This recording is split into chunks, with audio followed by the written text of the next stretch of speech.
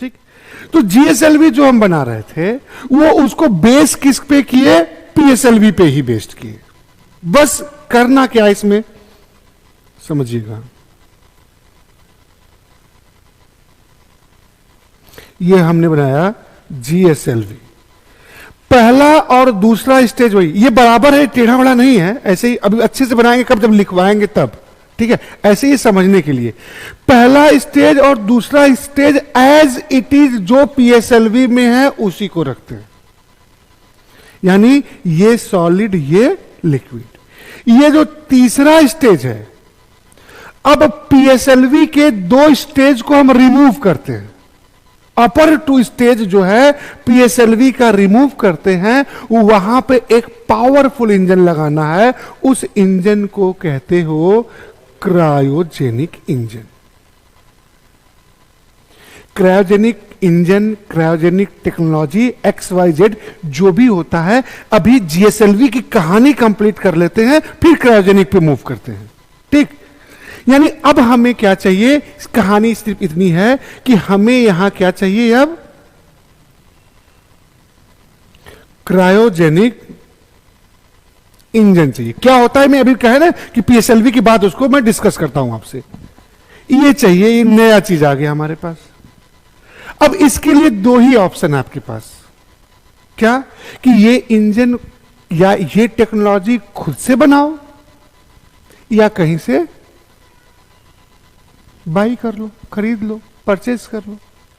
तो आपको दिया जाए ऑप्शन, तो आप क्या चूज करोगे, खरीद लेंगे, कौन मेहनत करे, ठीक। मतलब अगर आपको घर शाम को खाना बनाना है घर पे और ऑप्शन दिया जाए कि खाना खुद से बनाओ, तो जो ठंडा पानी है, कौन फिर मेड भी नहीं आई है, दिन भर का बर्तन भी जूठा है, बर्तन धो लो, सब्जी काटो, खाना बनाओ, तो क्या करो, रेडीमेड ही क्या कर लेते हैं, स्विगी जोमेटो कर लेते हैं। तो हमने शुरुआत में ऐसा नहीं किया, पूरी कहानी समझिएगा, हमने शुरुआत में ऐसा नहीं किया। हम क्या किए, शुरुआत में सोचे कि ये टेक्नोलॉजी हम क्या करेंगे, बनाएंगे। जैसे ही हम क्या किए, इसको इस पे लगे सीरियस मोड में, हमें कुछ ही दिनों में समझ में आ गया, क्या समझ में आ गया कि it's a very complex technology, इसको बनाने में तो बहुत समय लगेगा। हमने क्या किया, उस प्रोग्राम को वहीं रोक दिया। क्यों रोक दिया समझिएगा, क्योंकि हमारी डोमेस्टिक नीड्स थी। अगर हम टाइम स्पेंड करेंगे बनाने में, तो उधर दुनिया आगे निकल जाएगी, हम मेडाइवल पीरियड में पहुंच जाएंगे। मींस डोमेस्टिक रिक्वायरमेंट्स फुलफिल नहीं करेंगे, मोबाइल फोन नहीं होगा, सैटेलाइट टीवी, डिश टीवी नहीं होगा, तो हम कहां हैं, दुनिया के मुकाबले तो बहुत पीछे हो जाएंगे ना। तो हमने क्या की, हमने डिसीजन लिया कि हम इसे क्या करेंगे, परचेज करेंगे, बाय करेंगे, खरीदेंगे, ठीक। खरीदने के लिए सबसे पहले हम गए किसके पास, जो वर्ल्ड का सबसे डेवलप है, यूएस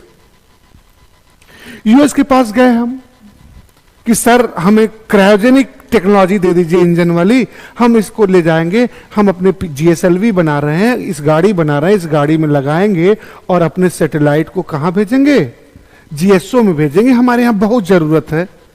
उसने कहा ठीक है भाई ले लो। अब डील के पहले क्या होता है, नेगोशिएशंस के राउंड्स होते हैं। जैसे हम इंडियंस की आदत है ना, कुछ खरीदने जाए तो डिस्काउंट, छूट चाहिए, नहीं चाहिए, चाहिए, तो वहां नेगोशिएशन करना शुरू किए। हमने उनसे कहा देखिए सर हम गरीब हैं, थोड़ा हमें छूट वूट दीजिए, इतनी महंगी टेक्नोलॉजी हम तो खरीद नहीं पाएंगे। उन्होंने एक बहुत सही जवाब दिया, एक लाइन का। उन्होंने क्या जवाब दिया कि हम गरीबों को टेक्नोलॉजी नहीं बेचते, ठीक। यानी हमारी डील वहां से कंफर्म नहीं हुई। हम वहां से गए किसके पास, फ्रांस के पास। फ्रांस के पास भी निगोशिएशंस किए, लेकिन हमारी डील वहां भी नहीं हुई। लास्ट में लौट के हम आए अपने बड़े भाई के पास, यूएसएसआर के पास। उससे कहे बड़े भाई हमारे यहां बहुत जरूरत है, हमको चाहिए क्रायोजेनिक इंजन वाली टेक्नोलॉजी। इंजन नहीं खरीद रहे हैं हम, टेक्नोलॉजी खरीदने से यह फायदा होता है कि इंजन बनाने की टेक्नोलॉजी ले लोगे तो अपनी जरूरत के हिसाब से उसे अपग्रेड कर सकते हो ना। रेडीमेड इंजन लोगे तो फिर उसमें कुछ नहीं कर सकते। तो रसिया ने, यूएसएसआर, उस समय यूएसएसआर था, कोई बात नहीं भाई, छोटे भाई हो, दे देंगे तुम्हें। फिर हमने कहा हमारे पास पैसा नहीं है, आपको कम पैसे में देना पड़ेगा। उसने कहा ठीक है दे देंगे भाई। फिर हमने अपना ब्रह्मास्त्र लाया, उधारी भी देना पड़ेगा, ठीक। तो उसने कहा ठीक, क्योंकि हमारे अपने फाइनेंशियल क्रंचेस है ना, तो जिसके साथ रिलेशन, देखो उधार आपको लेना है तो सारी दुकान पे आप उधार नहीं पाओगे ना, कुछ ही दुकान होती है जो आपको जानता है पहचानता है, उस वही उधार देता है। तो हम रसिया क्या है, जब हम उसको बड़ा भाई कह रहे हैं, यानी हमारे उसके रिलेशंस अच्छे हैं, तो उसने कहा ठीक है दे देंगे। अब समझिएगा, अब यहीं से ट्विस्ट आना शुरू होगा कहानी में। 1990 इसरो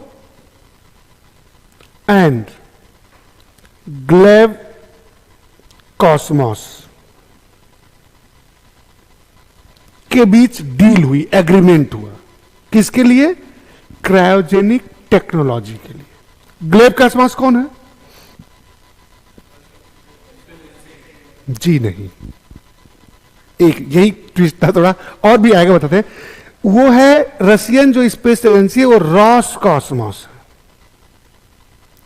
ये इसका कॉमर्शियल विंग है। जैसे हमारे पास उस समय कोई अलग से कॉमर्शियल विंग नहीं था, आज है। आज एंट्रिक्स का नाम सुने हैं? नहीं सुने, कुछ लोग तो सुने हैं। एंट्रिक्स क्या है? हमारी इसरो की कॉमर्शियल विंग है। यानी किसी को अपना सैटेलाइट लॉन्च करवाना है या कोई टेक्निकल असिस्टेंस चाहिए, किससे? इसरो से, तो डायरेक्ट इसरो के ऑफिस में नहीं जाएगा, वो कहां जाएगा? एंट्रिक्स जाएगा। ये कॉमर्शियल विंग है, किसकी? इसरो की। उसी तरह ग्लेब कॉस्मोस जो है वो रॉस कॉस्मोस की कॉमर्शियल विंग है। यानी एंट्रिक्स जो साइन कर देगा, जो एग्रीमेंट करेगा, वो मान लिया जाता है किसने किया है? इसरो ने। उसी तरह चूंकि उस समय हमारे पास कोई कॉमर्शियल विंग नहीं था, इसलिए डायरेक्ट कौन एग्रीमेंट पे साइन कर रहा है? इसरो। और इधर इसका कॉमर्शियल विंग जो है ग्लेब कॉस्मोस, इसने साइन किया किस पे? क्रायोजेनिक टेक्नोलॉजी पे ट्रांसफर के लिए। ये बात जैसे ही, अब देखिए ये हुआ क्या? 1990 में। कोई भी इंटरनेशनल डील होती है तो उसमें थोड़ा समय लगता है, 2 साल 4 साल का समय लगता है। हमारा दुर्भाग्य, कहते हैं ना जब किस्मत खराब होती है तो ऊंट पे बैठे हुए इंसान को कुत्ता काट लेता है, सुने यही कहावत, ठीक। तो वही हमारी किस्मत खराब थी। क्या खराब थी? 1990 में हम डील कर रहे हैं और 1991 में यूएसएसआर डिसइंटीग्रेट हो गया, कोलैप्स कर गया, टूट गया। टूट गया तो इसकी पावर थोड़ी क्या हो गई? कम हो गई, कम हो गई ना। अब जब इस एग्रीमेंट के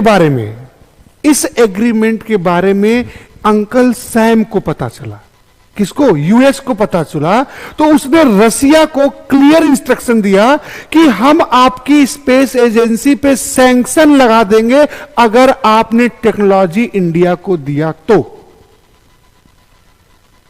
रसिया ने पूछा क्यों लगा दोगे? तो उसने कहा आप जो है MTCR के सिग्नेचरी हो। ये क्या है? एक रिजीम है, एक एग्रीमेंट है, एक संधि है। इसका फुल फॉर्म होता है मिसाइल टेक्नोलॉजी कंट्रोल रिजीम। इसमें क्या होता है बता रहा है। उसने कहा कि आप इसके सिग्नेचरी हो, इस पे जो साइन कर देता है वो टेक्नोलॉजी ट्रांसफर किसको कर सकता है? केवल उसी को करता है जो इसका सिग्नेचरी हो, दूसरे को नहीं। ये टेक्नोलॉजी, ये जो रिजीम है, देखिए टेक्नोलॉजी के ट्रांसफर को रोकने के लिए, जो हाई एंड टेक्नोलॉजी होती है उसके ट्रांसफर को, उसके प्रोलिफरेशन को रोकने के लिए कई सारी क्या है ट्रीटीज की गई हैं। आपने सुना होगा NSG, आपने सुना होगा कोकोम, आपने सुना होगा वासेनार अरेंजमेंट, आपने सुना होगा ऑस्ट्रेलिया ग्रुप। सुने हैं कुछ? PTBT, CTBT, NPT नहीं सुने तो टेंशन में मत आइए। ये सब क्या है? जो वीपन्स को प्रोलिफरेट करने से रोकने के लिए। तो जो हम लोग इसके बाद आएंगे डिफेंस में, जो सब आपको सुनाएंगे अच्छे से, इसी तरह कहानी बना के, समझ में आएगी बात। ठीक, अभी समझिए इतना छोटी सी बात कि इस ट्रीटी में कहा क्या गया है। इस ट्रीटी में कहा गया है कि कोई भी देश किसी दूसरे देश को मिसाइल नहीं देगा, समझिएगा, और क्या नहीं देगा, मिसाइल बनाने वाली टेक्नोलॉजी नहीं देगा, और ड्रोन्स नहीं देगा। कौन सी मिसाइल या कौन सी मिसाइल बनाने वाली टेक्नोलॉजी या कौन सा ड्रोन नहीं देगा? जिसमें WMDs कैरी करने की कैपेसिटी हो। WMDs मतलब होता है वेपन ऑफ मास डिस्ट्रक्शन, जो बहुत बड़ी लेवल पे तबाही फैलाते हैं, और माना जाता है जिनका वेट जो है 500 केजी या उससे अधिक। कौन सी मिसाइल नहीं देगा? जिसकी रेंज जो है 300 प्लस किलोमीटर हो, यानी 300 या उससे ज्यादा किलोमीटर। समझो भाई, इधर समझो, ठीक है। बोरिंग लग रहा है लेकिन उसको इंटरेस्टिंग बनाने की कोशिश करेंगे अभी। अब हर चीज हर लाइन पे कोई कहानी नहीं बन सकती ना, जो फैक्ट्स है उसे समझिए कि ये एक क्या है, टेक्नोलॉजी कंट्रोल रिजिम है, यानी टेक्नोलॉजी को उन लोगों के हाथों में जाने से रोकने के लिए है जो गैर जिम्मेदार है। कौन सी टेक्नोलॉजी? मिसाइल बनाने वाली टेक्नोलॉजी या डायरेक्ट मिसाइल या ड्रोन्स। कौन सी मिसाइल या कौन सी मिसाइल टेक्नोलॉजी? जिसकी रेंज 300 किलोमीटर या उससे अधिक हो और जो 500 किलोग्राम तक के वेपन्स को कैरी कर सकते हैं, यानी वेपन के डिलीवरी सिस्टम को चेक करना है। वेपन ऑफ मास डिस्ट्रक्शन किसे कहते हैं? जैसे atomic bomb, nuclear weapon, biological weapon, जो बहुत बड़ी मात्रा में क्या है, तबाही फैलाते हैं। तो ये मिसाइल या ड्रोन क्यों रोक रहे हो?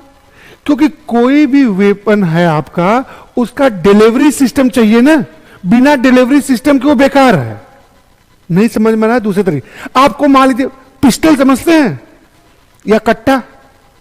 क्या समझते हैं? कट्टा समझते हैं। कट्टा में जो गोली लगती है वो भी जानते होंगे, जो भी लगे XYZ यार, आपको वो गोली मिल जाए, वही है असली क्या, वेपन। अब आप गोली रखे हैं या मैं गोली रखा हूं, आपसे किसी बात पे पर्सनल मत लीजिएगा ठीक, बात कहानी समझिए कि आपसे मेरी किसी बात पर लड़ाई हो जाए और वो गोली में निकालू, अब मैं तुमको गोली मार दूंगा, ये लो, तो उस हाथ से उसको डिलीवर करने से आप मरेंगे? नहीं मरेंगे। उसको डिलीवर करने के लिए डिलीवरी सिस्टम चाहिए, जिसे आप कट्टा कहते हो। उस कट्टे में लगाओगे तब मारोगे, तब कोई मरेगा। समझते रहो भाई, कहानी भी समझो, आसान भाषा में समझाने की कोशिश कर रहे हैं। अब परमाणु बम बना लिए, ठीक है, हाँ, उसी को डिलीवरी सिस्टम कहते हैं भाई, ठीक है। तो अब क्या है, परमाणु बम बना लिए। अब पाकिस्तान से लड़ाई हुआ तो 4 लोग मिल उठा के फेंकोगे उसको, नहीं एक्सप्लोड करेगा ना। उसके लिए क्या चाहिए? मिसाइल चाहिए, जिसमें लगा के भेजो। तो वही है कि मिसाइल टेक्नोलॉजी और ड्रोन को, यानी डिलीवरी सिस्टम को क्या करना है, रोक देना है, जिससे कोई देश छोटा मोटा बम, वेपन ऑफ मास डिस्ट्रक्शन बना भी ले तो डिलीवरी नहीं कर पाए। डिलीवरी टेक्नोलॉजी रोकना है। अब कहानी में ट्विस्ट क्या है ये समझो। हम खरीद रहे हैं न्यूक्लियर टेक्नोलॉजी। करना क्या है हमें अपने GSLV में यूज करना, सैटेलाइट लॉन्च करना है, और रसिया को बैन करने की धमकी अमेरिका दे रहा है इस बेस पे। हम मिसाइल तो नहीं बना रहे थे, हम परमाणु बम तो नहीं बना रहे थे, तो फिर क्यों नहीं देने दिया? क्योंकि space technology dual use technology होती है। ये जो फिगर आप बना रहे हो कि ये GSLV है, यही मिसाइल भी होती है। यहां जो पेलोड लिख रहे हो, यही पे लिख दो एक्सप्लोजिव। ये क्या मिसाइल बन गया? तो अमेरिका का कहना था कि इंडियंस जो हैं ये भरोसेमंद नहीं है, ये आपसे कह रहे हैं कि जीएसएलवी में लगाएंगे और ये बनाएंगे मिसाइल।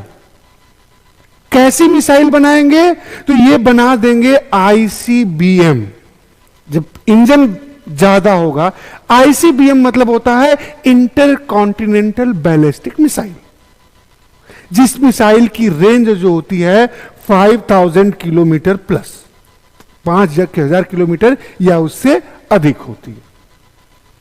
तो हमने कहा, डायरेक्ट हम यूएस को समझाने लगे कि सर मत बैन करिए, हमें देने दीजिए, हमारा कोई इरादा मिसाइल विसाइल बनाने का नहीं है। हम क्या है, अपनी डोमेस्टिक नीड्स रिक्वायरमेंट्स को पूरी फुलफिल करना चाहते हैं। तो उसने कहा नहीं, तुम लोगों की बात का विश्वास नहीं है। क्यों बोला उसने कि तुम लोगों की बात का विश्वास नहीं है, आप भरोसेमंद नहीं हो? क्योंकि 1963 में उसने हमें दिया था nuclear technology for energy requirement को फुलफिल करने के लिए। ठीक, 123 एक्ट समझते हैं ना? तो जो 2008 में 123 एक्ट हुआ है, वो ऐसा ही 63 में भी हुआ था। 123 एक्ट के साथ अमेरिका क्या करता है, एक और एग्रीमेंट करता है। किस लिए? कि आप उसे केवल एनर्जी रिक्वायरमेंट को फुलफिल करने के लिए करोगे, वेपन के लिए इस्तेमाल नहीं करोगे। हमारे साथ उसने नहीं किया था। उसने कहा कि हमने आपको वर्बल एग्रीमेंट पे टेक्नोलॉजी दे दी। कौन सी? न्यूक्लियर टेक्नोलॉजी दे दी। अपने इंजीनियर्स भेजे, आपके यहां न्यूक्लियर रिएक्टर लगवाए, आपके यहां बिजली बनवाई, लेकिन आपने हमें धोखा दे दिया। 1974 में क्या कर दिया? एक्सप्लोजन कर दिया। एक्सप्लोजन कर दिया। तो वो कर रहा है क्या कि हमें आपकी बात पे भरोसा नहीं है। हम उसको समझा रहे हैं कि छोड़िए पुरानी बातें, उसको उस पर मिट्टी डालिए पुरानी बातों पे। हम नए इंडिया हैं, हम क्या है, बदल रहा है इंडिया, आप हमारी बात पे भरोसा कर सकते हैं। उसने कहा कतई नहीं करेंगे। जब उसने ऐसी बात की तो अब हमारा ईगो हर्ट हो गया। तो हमने कहा कि जनाब मत दीजिए, लेकिन एक बात जान लीजिए कि हमारा पर्पज क्या था? आईसीबीएम बनाना, मिसाइल बनाना नहीं था। और जिस दिन हम मिसाइल बनाने पे आ जाएंगे, हम इंडिया है, हमारे पास टेक्नोलॉजी बहुत तरह की आती है। हम क्या करेंगे? बिना क्रायोजेनिक टेक्नोलॉजी के भी आईसीबीएम बना देंगे, मींस जुगाड़ टेक्नोलॉजी से। ठीक, और हमने उन्हें करके दिखाया। 2012 में सबसे पहले हमने बनाया आईसीबीएम अग्नि 5, और 2014 में हमारा आया क्रायोजेनिक इंजन। हमने खुद से बनाया, हमने दिखा दिया, देखो आप जिस टेक्नोलॉजी को हमें नहीं देने दे रहे थे, किस लिए? कि आईसीबीएम बनाएंगे, हमने बिना उस टेक्नोलॉजी के आईसीबीएम बना दिया। और ये जब क्रायोजेनिक लगाएंगे तो हम आपके घर तक पहुंच जाएंगे। यानी हमारी रेंज कहां हो जाएगी? न्यूयॉर्क तक आ जाएगी, वाशिंगटन डीसी तक आ जाएगी। ये कहानी थी। अब समझते हैं, जब उसने न खुद दिया, न ही देने दिया। किसको नहीं देने दिया? रसिया को। रसिया ने बुलाया, हमें समझाया कि देखो आप छोटे भाई हो, आप समझो बात, हम देना चाहते थे। हमने क्या किया? डील भी किया था, लेकिन ये सैंक्शन लगाने, सैंक्शन इंपोज करने की बात कर रहे हैं, हमारे ऊपर सैंक्शन लग जाएगा। तो अभी अभी हमारे घर में क्या हुआ? अलगाव हुआ है, लोग अलग हुए हैं, तो हमारी स्थिति गड़बड़ हो जाएगी, हम नहीं दे पाए। तो हमने कहा ठीक है, मत दीजिए। टेक्नोलॉजी ट्रांसफर के लिए आपने एग्रीमेंट साइन किया है, हमको इंजन ही दे दो भाई। एग्रीमेंट के बाहर चले आओ। यानी हमने वहां भी जुगाड़ टेक्नोलॉजी लगाई कि टेक्नोलॉजी ट्रांसफर पे, मिसाइल पे रोक लगा है, तो न तो हमें मिसाइल दीजिए, न ही टेक्नोलॉजी ट्रांसफर कर दीजिए, हमें इंजन ही बेच दीजिए। रसिया हमारे बात से कन्विंस हुआ और उसने हमें 7 क्रायोजेनिक इंजन सेल किया। 6 वर्किंग थे, एक मॉकअप मॉडल था, यानी समझने के लिए था। उस इंजन का क्या करेंगे हम? थोड़ा होल्ड करिए, आगे बताएंगे। थोड़ा अब जब ईगो हर्ट हुआ तो हमने क्या किया, ये तो हमने एक लाइन में बता दिया। इसको डिटेल करते हैं, कहानी समझिएगा। अब क्या है कि अब हमें बाहर से क्रायोजेनिक मिल नहीं सकता, क्रायोजेनिक टेक्नोलॉजी मिल नहीं सकता, तो हम क्या करेंगे? मजबूरी का नाम महात्मा गांधी। यानी अब हमें खुद से बनाना ही पड़ेगा, खुद से बनाना ही पड़ेगा। तो इसके लिए हमने एक सेंटर बनाया LPSC, तमिलनाडु के महेंद्रगिरी में। इसका फुल फॉर्म होता है liquid propulsion system centre. Liquid propulsion centre system centre. इसका क्या वर्क है, इसका क्या फंक्शन है? इसको हमने फंक्शन दिया to design and development of cryogenic technology. यानी LPSC बनाया तमिलनाडु के महेंद्रगिरी में। लिक्विड, चूंकि देखिए लिक्विड ही यूज होता है, liquid super cool liquid cryogenic technology में होता है, उसको डेवलप करना है। तो हमने बनाया क्या? LPSC। किस लिए बनाया गया? तो design and develop the cryogenic technology. ये कहां पे है? ये है महेंद्रगिरी, तमिलनाडु में। अब थोड़ा सा ईयर वाइज डेवलपमेंट समझिएगा। हमने 1994 में डिसीजन लिया। पेन चलाते रहिएगा हाथ में, अलग से फिर नहीं इसको करेंगे, हम क्रायोजेनिक करेंगे ना। कहानी सुनने में मगन हो जा रहे हो, कम से कम यहां से शुरू करो।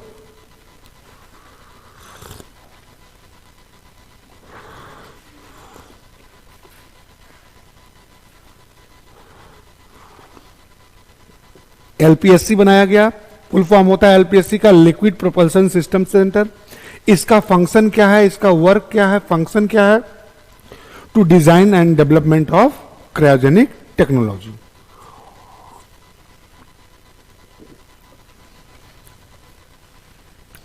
अब हम बता रहे हैं डिसीजन लिया गया किसका? क्रायोजेनिक टेक्नोलॉजी डेवलप करने का। कब? 1994 में। 1996 में हमने इस पे वर्क स्टार्ट किया, इसको रिसर्च करना शुरू किया, डेवलप करना शुरू किया। 2003 आते आते हमने क्या किया? टेस्ट स्टार्ट कर दिया। एक एक पार्ट बना के। क्रायोजेनिक टेक्नोलॉजी कॉम्प्लेक्स टेक्नोलॉजी है, थोड़ा थोड़ा थोड़ी थोड़ी चीजें, उसके एक एक इक्विपमेंट डेवलप कर रहे थे और उसका टेस्ट करना शुरू कर दिए। यानी 2003 से हमने क्या किया? क्रायोजेनिक इंजन के इक्विपमेंट्स बनाना और उसका टेस्ट करना शुरू कर दिया। 2009 में हमने क्या किया? Final ground test. मींस पूरा का पूरा क्रायोजेनिक इंजन असेंबल किया और ग्राउंड पे टेस्ट किया, उसको इग्नाइट किया चलाना। और यह ध्यान रखिएगा कि हमने पहले ही एसेस कर लिया था कि हमारे या किसी भी क्रायोजेनिक इंजन की स्पीड कितना होती है और उसको GSO तक पहुंचने में कितना समय लगता है। जितना भी समय लगता है उससे 25% एक्स्ट्रा टाइम के लिए हमने ये टेस्ट किया। यानी टाइम को हम सरप्लस रखें कि कहीं ऊपर जाते समय ये अपने रास्ते से डेविएट होगा तो उसको करेक्ट करके रास्ते पे लाने में भी एक्स्ट्रा फ्यूल खर्च हो सकता है। तो वो क्या ऐसा ना हो कि करेक्ट करके रास्ते पे लाए तब तक फ्यूल ही खत्म हो जाए, उसके लिए एक्स्ट्रा फ्यूल। तो हमने क्या किया? 25% एक्स्ट्रा टाइम के लिए ही क्या कर दिया? ये ग्राउंड टेस्ट किया। और ये इस इंजन का ये जो फाइनल ग्राउंड टेस्ट था ये 100% हमारा सक्सेसफुल हुआ। ये ग्राउंड टेस्ट जो है 100% सक्सेसफुल हुआ। अब ग्राउंड टेस्ट हो गया तो अब हमें क्या करना होगा? Real time test. पूरा इंजन ऊपर भेजना होगा, ऊपर भेज के देखना होगा कि वो फंक्शन कर रहा है कि नहीं कर रहा है। तो इसके लिए हमने क्या किया? 2010 GSLV D3 developmental flight number 3 हमने श्रीहरिकोटा में अलग अलग पार्ट्स लेके आए। वहां पे क्या है? पूरी गाड़ी असेंबल की। GSLV कैसे असेंबल करेंगे? पहला पार्ट वही होगा PSLV वाला सॉलिड फ्यूल, दूसरा पार्ट वही होगा PSLV वाला लिक्विड फ्यूल, तीसरा स्टेज क्या होगा? क्रायोजेनिक। हमने गाड़ी असेंबल कर दी, हमने उसको इग्नाइट किया, लॉन्च किया।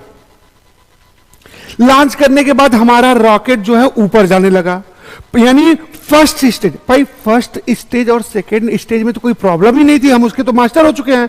तो पहला स्टेज इग्नाइट हुआ, गाड़ी ऊपर गई, स्टेज खत्म हुआ, डिटैच हुआ। दूसरा स्टेज इग्नाइट हो गया, दूसरा स्टेज क्या हुआ, गाड़ी को और ऊपर ले गया। और जब दूसरा स्टेज खत्म होने वाला हुआ तो अब हमें क्या इग्नाइट करना था, क्रायोजेनिक इंजन।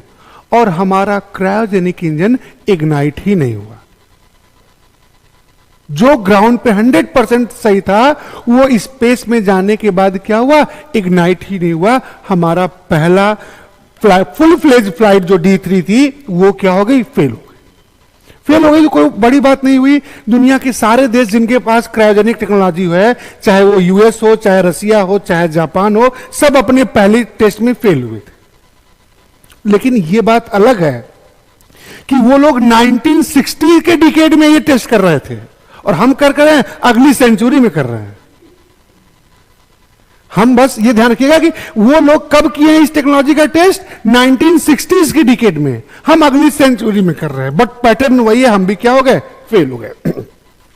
फेल हो गए तो हमारे जो एक्सपर्ट थे उन्होंने क्या किया, सारी स्टडी किया, जानने की कोशिश की कि हमारा इंजन इग्नाइट क्यों नहीं हुआ। उसको जाने समझे, उसको ओवरकम किया और कुछ समय बाद 2013 हमने फिर गाड़ी असेंबल की, GSLV D5, GSLV D5, developmental flight number 5। फिर वही हुआ, सारा कुछ ले आए। पहले स्टेज पे क्या लगाए, सॉलिड फ्यूल, दूसरे पे लिक्विड और तीसरे पे क्रायोजेनिक इंजन। अब हमने इग्नाइट करने का प्रोसेस शुरू किया। जानते हो सॉलिड फ्यूल इग्नाइट करने में समय लगता है, एक दिन पहले से ही काउंटडाउन शुरू हो जाता है। देखे होंगे ना, जब कभी आप इसरो जब लॉन्च करता है तो दिखाने लगता है टीवी में, काउंटडाउन शुरू हो गया। जैसे ही काउंटडाउन शुरू हुआ, कुछ समय बाद हमारे साइंटिस्ट ने देखा कि उस गाड़ी के दूसरे स्टेज से, मींस कौन सा, लिक्विड फ्यूल वाले स्टेज से लिक्विड लीक कर रहा है। हमने आनन फानन में इसको क्या किया, इसको अबॉर्ट कर दिया, यानी गाड़ी को ऊपर जाने नहीं दिया, नीचे रोक दिया। खर्चा बच जाएगा, नहीं नुकसान हो जाएगा उस सब फ्यूल का। इसको तुरंत हमने क्या कर दिया, अबॉर्ट कर दिया इस मिशन को। फिर हम क्या किए, फिर उसको ओवरकम किया। जो भी कमियां थी, किस कारण से लीक हो रहा है, उसको हमने क्या किया, ओवरकम किया। और वेरी नेक्स्ट ईयर 2014 में GSLV, चूंकि ये लॉन्च नहीं हुआ है तो पूरी गाड़ी बची हुई है ना, इसी को फिर से लॉन्च किए, D5 लॉन्च किए। इस बार जो है हमें क्या मिली, सक्सेस मिल गई। ये हमारा लॉन्च क्या हुआ, सक्सेसफुल हो गया। यानी हमारे पास क्या हो गया, क्रायोजेनिक इंजन टेक्नोलॉजी हमने क्या कर ली, डेवलप कर ली। अब एक बात ध्यान रखिएगा, बोर्ड पे देखिए, यहां शुरू किए और यहां हम डेवलप किए। ये लगभग कितना ईयर हो गया, 20 ईयर, 20 साल। अब ऐसा तो नहीं होगा कि इन 20 सालों में हमने कोई कम्युनिकेशन सैटेलाइट लॉन्च ही नहीं किया। लॉन्च तो करना पड़ेगा भाई ना, क्योंकि हमारी नीड तो है, हम यूज भी कर रहे हैं। तो अब कहानी फिर पीछे ले चलते हैं आपको। ये समझ में आई बात ना, इसको अलग से लिखवाएंगे नहीं, जहां आएगा छोड़ देंगे, ध्यान रखिएगा। इसीलिए मैंने ईयर वाइज सब कुछ क्लियर कट बताया कि इसको सेंटेंस में तो बदल सकते हो ना, इतना तो कर ही सकते हो। ठीक, अब उधर समझिए, जब पहली बार हमने 1990 में डील की थी, तो डील होने के बाद, एग्रीमेंट होने के बाद, हमने अपने PSLV के लिए कुछ प्रोग्राम बनाया होगा, ठीक, कि कैसे डेवलप करेंगे, कैसे यूज करेंगे। लेकिन वो डील जब कैंसिल हुई, उस पर ग्रहण लग गया यूएस का, तो फिर हमने इंजन खरीदा। तो फिर उस इंजन के हिसाब से फिर हमने अपने प्लान को, पुराने प्लान को क्या करना पड़ेगा, रीस्ट्रक्चर करना पड़ेगा, फिर से स्ट्रक्चर करना।